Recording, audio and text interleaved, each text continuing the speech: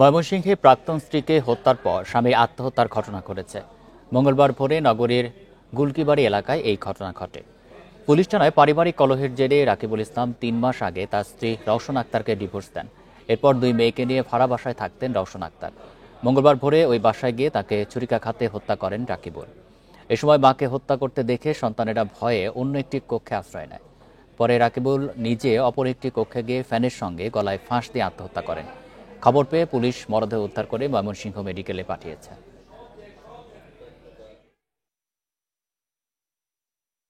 দুইটা dead body আমরা এখান থেকে নিয়ে যাই।